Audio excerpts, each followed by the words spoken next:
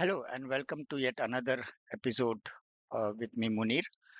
In today's session, we will look into uh, how we can actually call the SAP API from uh, ABAP program. I already have one more video where I have actually shown in great detail what SAP API Hub is and stuff like that. You can watch that video as well. But in today's video, since I was getting many requests to make you guys understand how we should call the API, I have actually created a small program that we can walk through and I will show you how the code is being done and you can utilize the same code. Okay. Now, before we actually dive into that SAP API Hub, let me just show you uh, what SAP API Hub is all about. You can actually go to https://sap.api.com and find whatever API that you need. I am actually going through the material document, read and create. There is a sales order, purchase order, create, read. All those things will be there. You can go and watch, look into this particular API. Now, once this has been done, you have to understand that okay, each and every API, if you go to the API reference tab, it will give you how many get and post endpoints this particular API allows us to do. In my case, I will be using the post and a underscore material document header is the endpoint that I need to actually call. Now, what this API endpoint will have, it will give you, once you click on that, it will give you uh, two things. One is the payload type that we have to pass here. In this case, you can see it is a JSON file payload that we have to pass. And it also gives you the structure of what are the key field value, name value pairs for the fields that you need to pass. Now, before you actually go and code this, please work with your functional team to understand which of these particular uh, fields here is mandatory for you to go, which is the must to have, and which are the fields that you need to pass, and then test it in your API hub, in your Postman, if it is working fine or no. Once it is working fine, you already have a subset of this particular request that you need to create in your ABAP program and then call the API. Okay. Now, once we have done everything, then we are good to go. So let us now get into the system and understand uh, what we have to do the coding, how we have to do the coding. I will just walk you through and then you will understand how we can go about doing it. So let me get into the system now. I will walk you through the execution of this custom program in ABAP that I have created, and then I will post that I will actually walk you through the code to understand how this whole call API works. So let us now go and execute this program first, and this takes a material document, item, and the year. And based on the material document details, it will go and when we execute, it will ideally go and actually uh, create either a material document, or in case of error, the errors will be shown to us. And you see good moments type does not exist is what we are getting here. Okay. If it is already successful, then it will give you a success message as well instead of error message. Okay. So now let us first understand how this whole thing works. Okay. So let me now go to my Eclipse.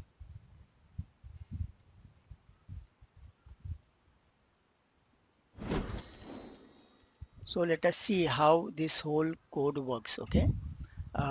Now what I have done is I have just created one report with a top include, a selection screen, and one local class.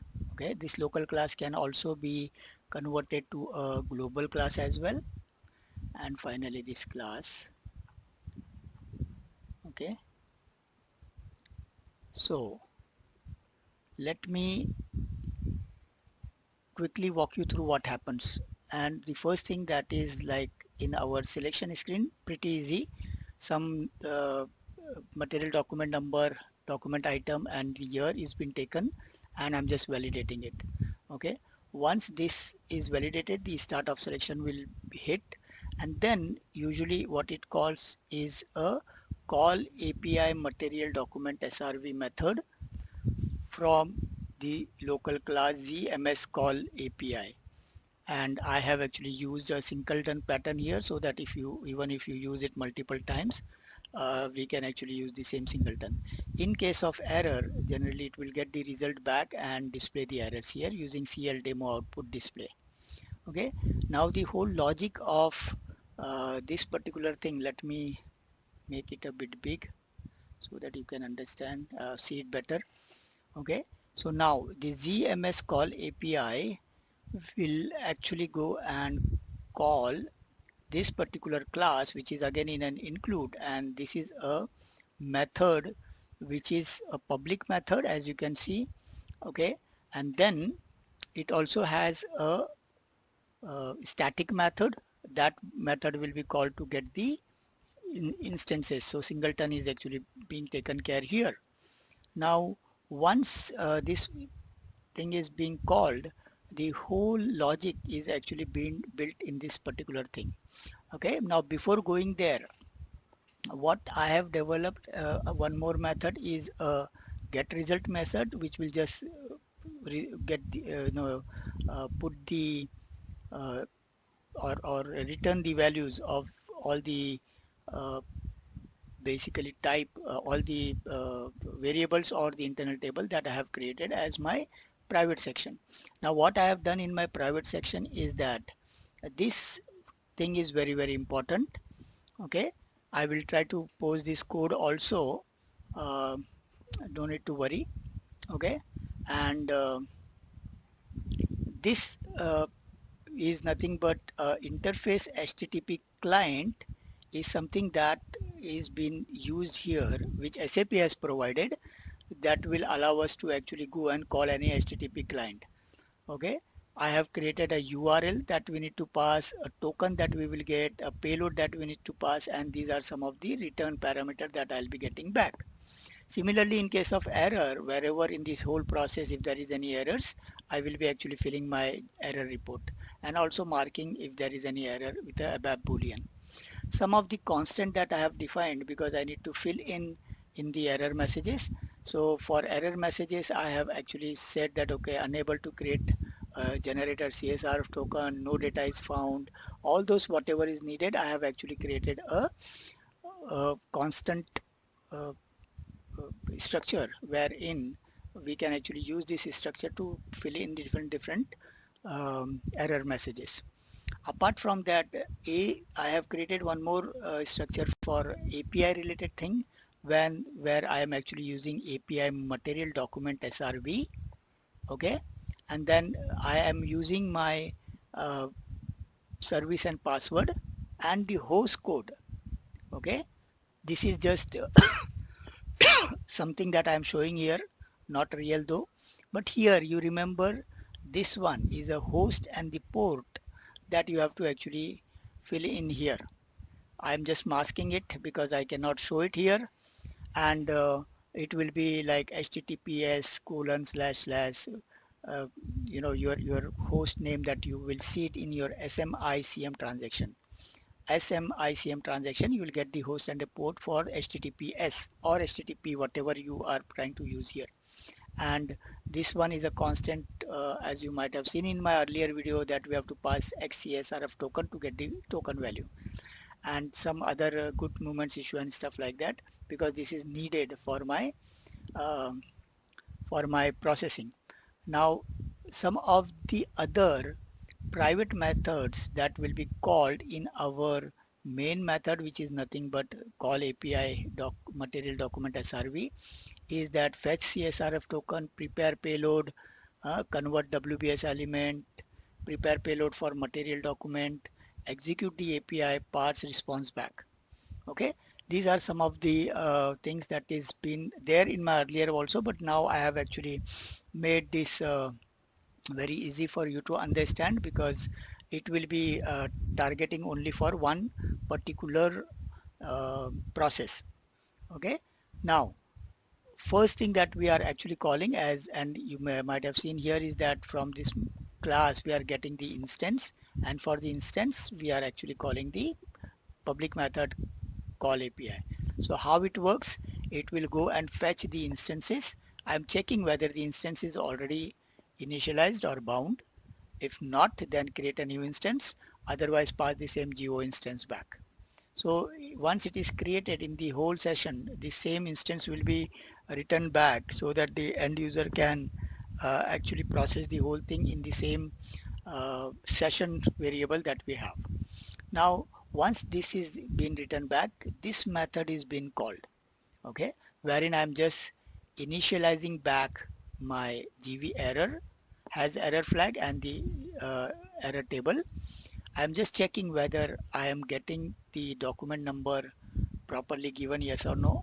This I could have done in my validation as well, but yeah, that is fine. In case I'm not getting it, then I'm just returning back from here, no further processing. Just say that EV error has is equal to true, and just say no data found. Now the important logic happens here. For any HTTP for you to actually go and create, and in my previous video also, uh, which I'll show you which video I'm talking about.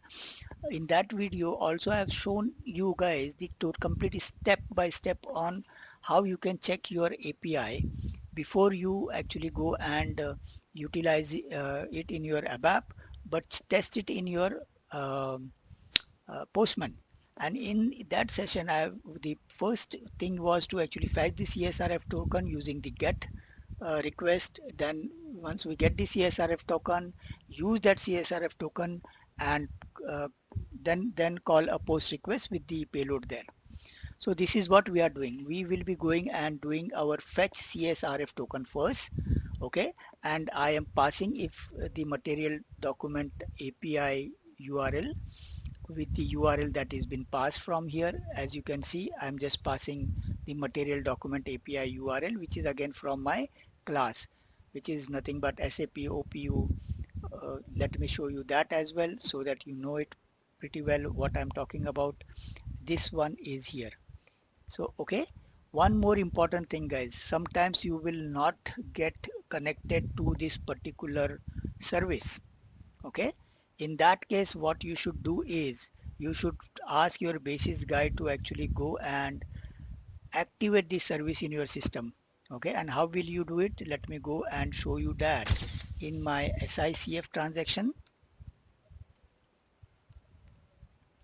In SICF transaction, you will have to actually give this material document SRV in your service name, and that should be present in your system. You see SAP OPU OData, SAP same thing, SAP OPU OData, SAP API document service, and this is the endpoint that it has multiple endpoints, and these endpoints we have already seen that you will get it in your SAP API hub. Okay, which are the documents and accordingly the endpoint that you need to call. Now if this one is not active, okay, it is activated currently, you see. If it is not active also, you will get an error. If it is not uh, added here to your system, you will get an error.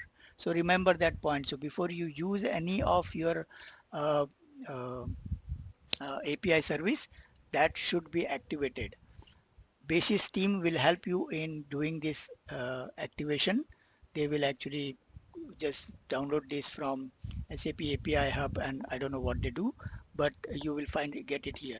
Okay, once this is done, now our main part is to go and fetch the CSRF token.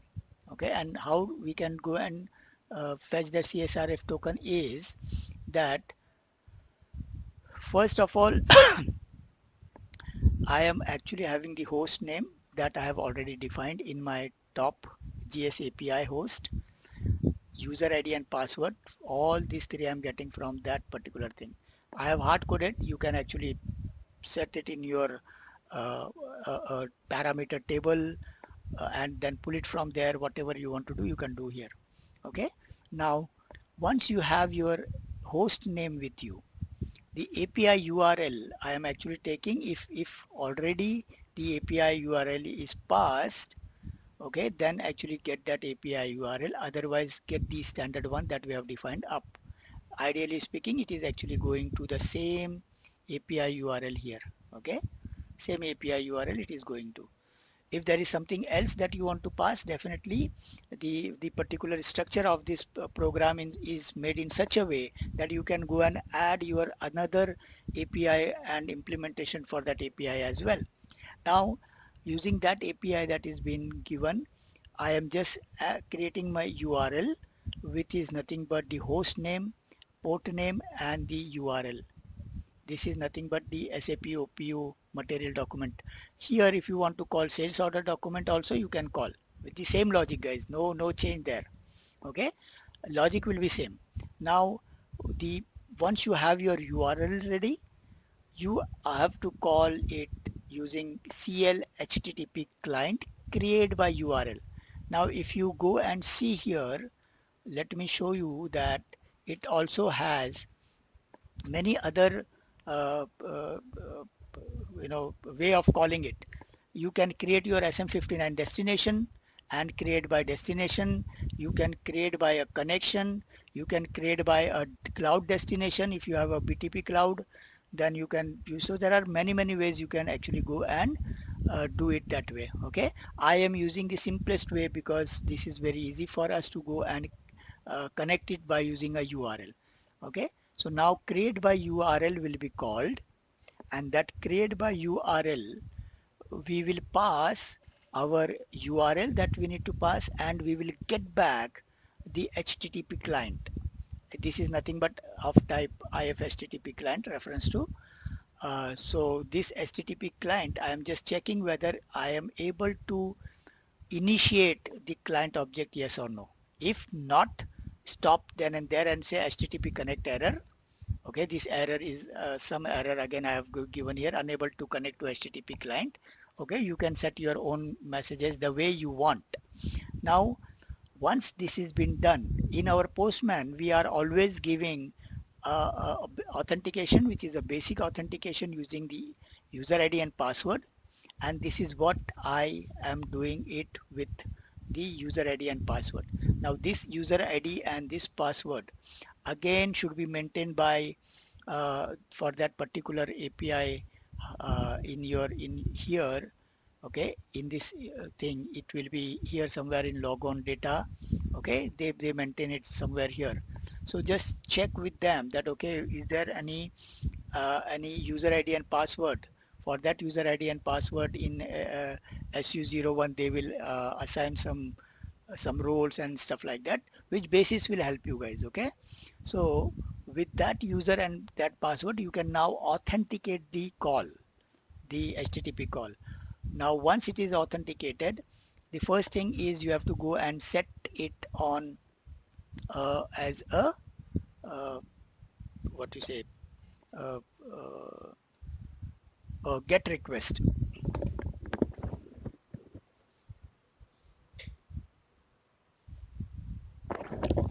Now once uh, you can actually press F2 here on Eclipse and you see this is a get request that has been defined as a constant here, which is nothing but uh, in this interface. Okay, now along with that you might have seen that okay, we have to pass the application content type as a JSON one.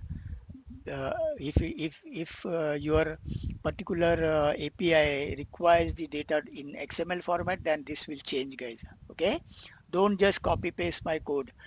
Check on your SAP API hub the way I have shown in my last video what content type it will take. If it is application JSON, then pass this. If it is XML, then pass XML. That there will be XML value also here. You can Google and find it out. Okay, I am just accepting the cookie also here. Even if you don't code this also, that should be fine. Now the important thing is that this is a constant x under dash csrf dash token with a value of fetch. I am now setting it to my header. So all my header setting is now been done. Authentication is been done. The next thing is to, and the fetch is the value method is get. Now thing is just press send button. This is as good as clicking a send button on your Postman. Now this will either succeed or fail. If it fails, again we say, okay, there is a send error. I cannot send the request. So there is a send error and I return back. But if this passes out, I will again get the response back. Now this one will not give me the response back. Even if it is a size about 0, it will not return me back the response. I have to get it. So this is the code for that. With the same HTTP client object, receive is the method that will get the response back, and it will actually store in that get C data variable. It will be stored there. And how will you get your response back?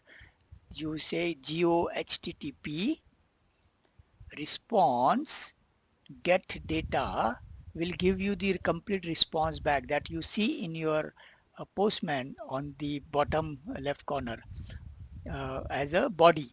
But if you want to see, and in my last video also, if you go and you might have seen it there, that you will get the token in the header section of it. So to read the header, same thing, HTTP client response, instead of get C data, we have to get the header field. This is the method that you have to call. Okay, once this method will actually give us back the name that we are passing, the value of that name value pair will be returned back, and that we are storing it in our token. Now once this token is been received back, okay, there could be that if there is any error somewhere in this whole process, the token will not be filled in. Okay, so our CSRF token that we are calling, the GV token will not be filled in. That means I cannot proceed further. No point in preparing the payload, and no point in actually sending a post request, guys. So this is where you have to stop by giving the proper error. That is what I am doing here and returning back. After that, we have to actually pass into a send method the payload in that raw format. In our raw format, we are anyway using a JSON because that is what this particular API says. So I am actually just passing whatever is required. You see the material document API I am passing, movement type, I want to actually pass that accordingly some values. So depending on whatever is needed, you can prepare your payload there.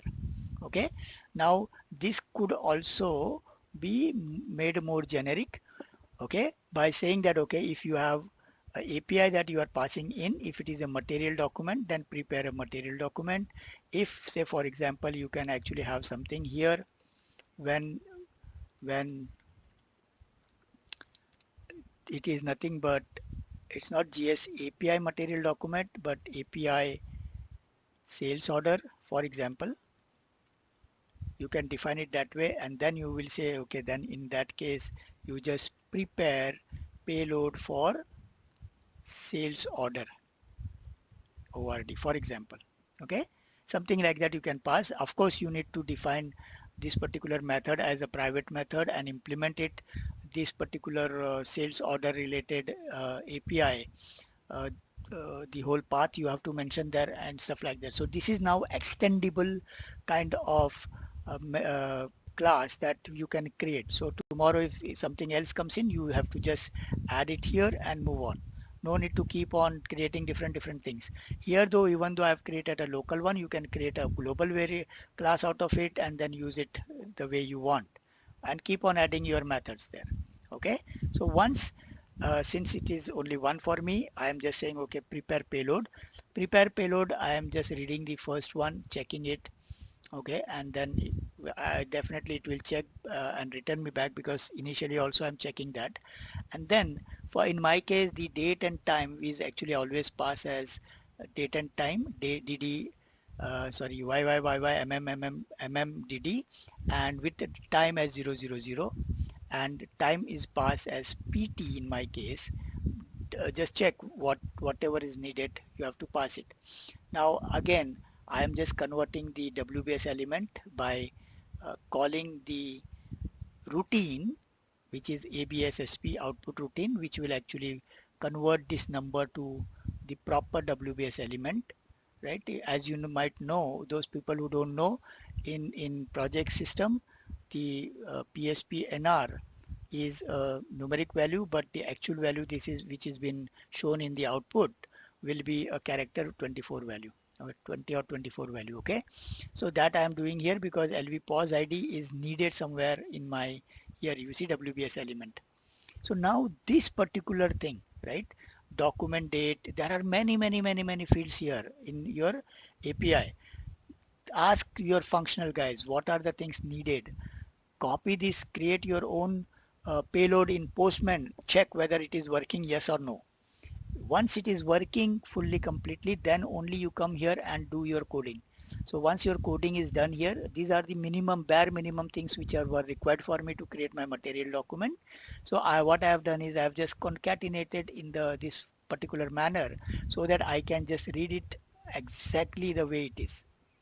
Okay, you see this is matching here, this is matching here, exactly on the same line. Try to actually code it this way so that it is more readable for other person. After you go back, the other person can actually come back and do a maintenance here. They will always praise you guys. So be mindful that you try to always code in such a way that the other person understands it. So once the payload is been created, right, I am just creating my payload back, and let me go back what it was. So once the payload is created, the next thing is this payload you have to pass and call the again call the post method. Okay, now that is what I am doing using the execute API method. Okay, in execute API method, first thing that I am doing here is now the method is post, and if you press F2 here, you see it is a post method. So now I am actually setting the method as post, and whatever value that I am getting in my token, that also I am setting here. You see, set header field. So I am setting the header field with XCSR of token as GV token, and that is what we were doing in Postman as well. So you have to do this, and then set the C data. There we have while reading we have say get C data. Here we have to do set C data to load your payload to this particular request. Once the payload is given, token is given, and post method is clicked, the next thing is to click send button, and which is nothing but again the same send request that we have seen. If it is fails, error method. If not, receive the thing. If we are not able to receive, again error message. But if you are able to receive, it will give me the response back and the status code. Okay, now get header field. Last time we have seen XCSRF token, but this one, right, tilde status underscore code will give me the status code that you see in your Postman with 200 201 or 400 4 what 404, you know, all those things will be seen here in status code, and the corresponding reason in the status reason that you can read from the HTTP client. From the response, get header fields and get C data. You see there we have done set C data for our request, and in our response we are saying get C data, and this GV response is done. So now if we have our GV response back, definitely we have to just go and parse that. You get your GV response back.